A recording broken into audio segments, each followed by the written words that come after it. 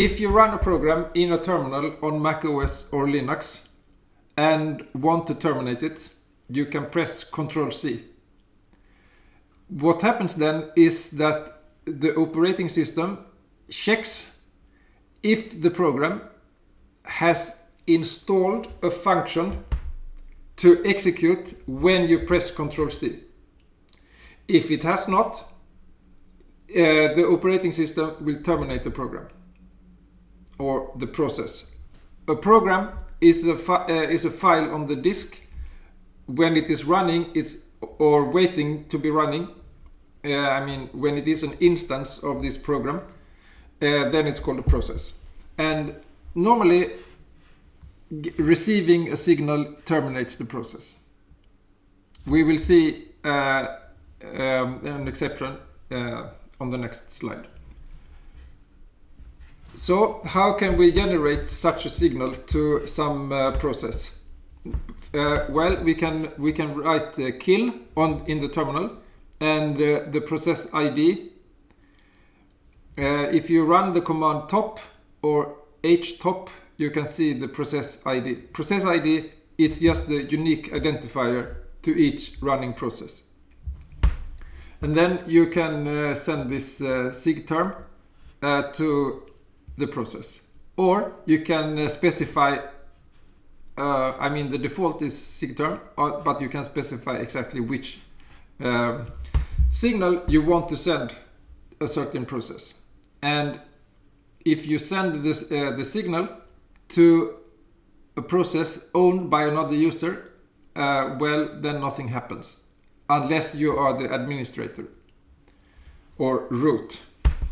So if we call abort defined in standard lib, then the program will generate this signal to itself. Not in user space, but with the help of the operating system. Floating point exception. It's why that happens is implementation defined, but although it is about the float, the name comes from floating point, but usually it's only triggered when there is an integer divided by 0. That at least that's the most common, because floating point divided by 0 generates an infinity as a result and does not terminate the program usually. Okay, this illegal instruction, if the CPU doesn't understand what to do, then this signal will be delivered. If you get the segmentation fault, then it's this signal. Okay, so Unix specific signals. Sig stop, it stops the program, but doesn't kill it, because it can be resumed with this sig cont signal. Sig bus, that is if you access data that is not aligned, so that if you want to read an int, but the address of the int is not a multiple of the size of the int.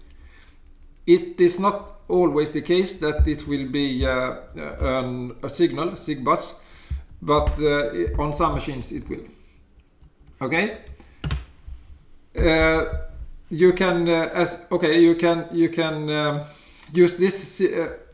What I was going to say is that some signals can be handled by installing a function. But number 9 cannot, since there must be a way to terminate a program, and it's not possible to protect against this sig kill signal. Okay, and you can, this is how I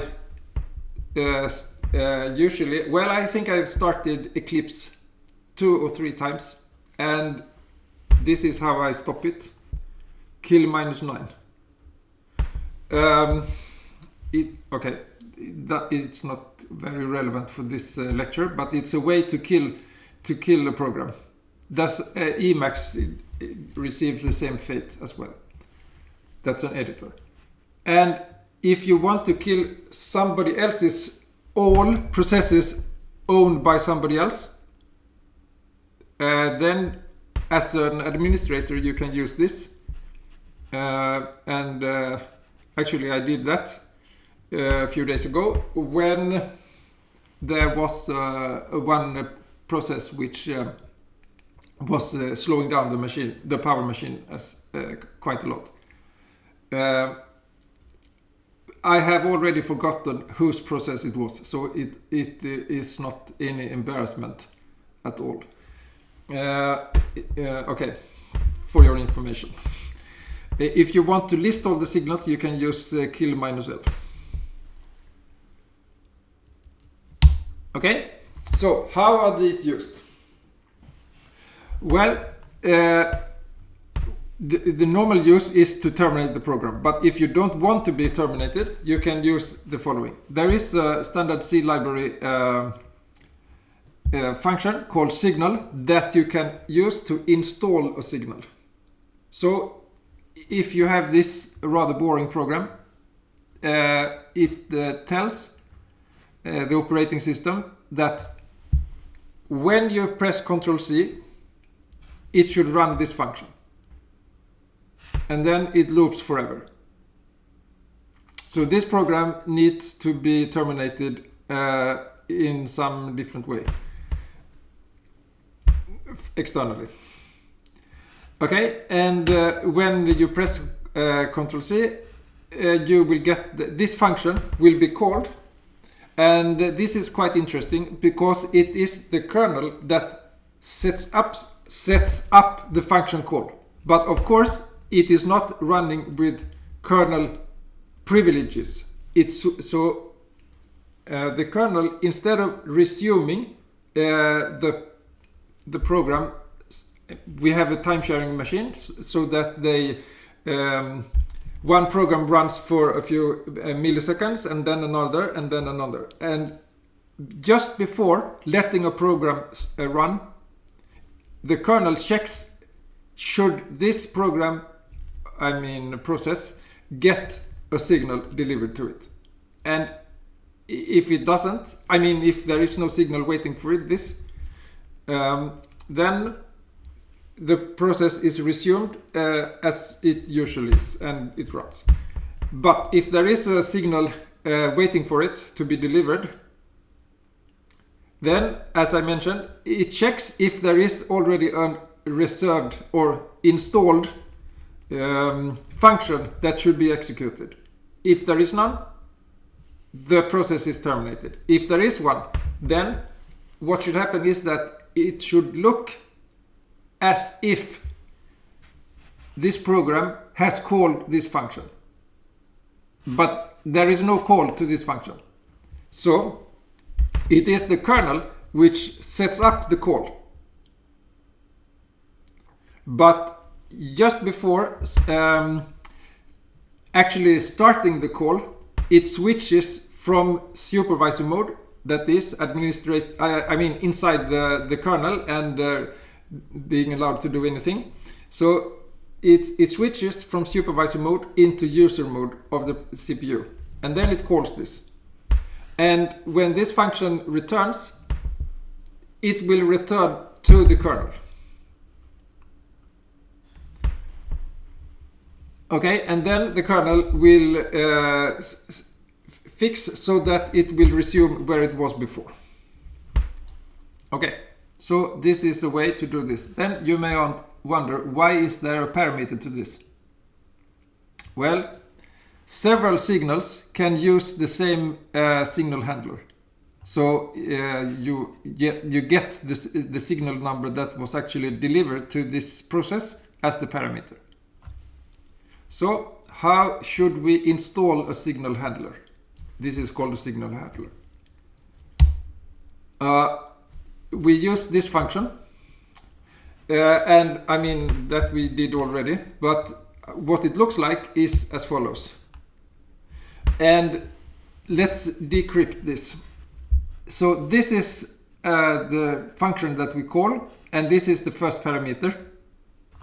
sigint in that case, and here is a pointer to a function. Okay, but this is not the end, because what this function does is to return a pointer to the previous signal handler for this signal. So that's why it looks a bit funny, because the return value is a pointer to a function of this type. Okay. Okay, the other things I've already said. And this I've also said. No, I haven't. So what happens if a signal handler is called by the operating system, and this signal handler doesn't return? Well, the program can continue, spend the rest of its life in this signal handler, but that's really an odd use of signals, and it shouldn't be done like that. Okay, what happens if the signal handler makes a long jump? Well, that's really a bad idea, because during the execution of this signal handler for a particular signal, then that signal is blocked. So that when you are in a signal handler, there cannot be another invocation of this signal handler. Instead, this signal is blocked. Okay, so if you leave the signal handler using a long jump, then this signal will remain blocked. So don't do that. Actually, don't use long jump either, but absolutely not like this. Okay.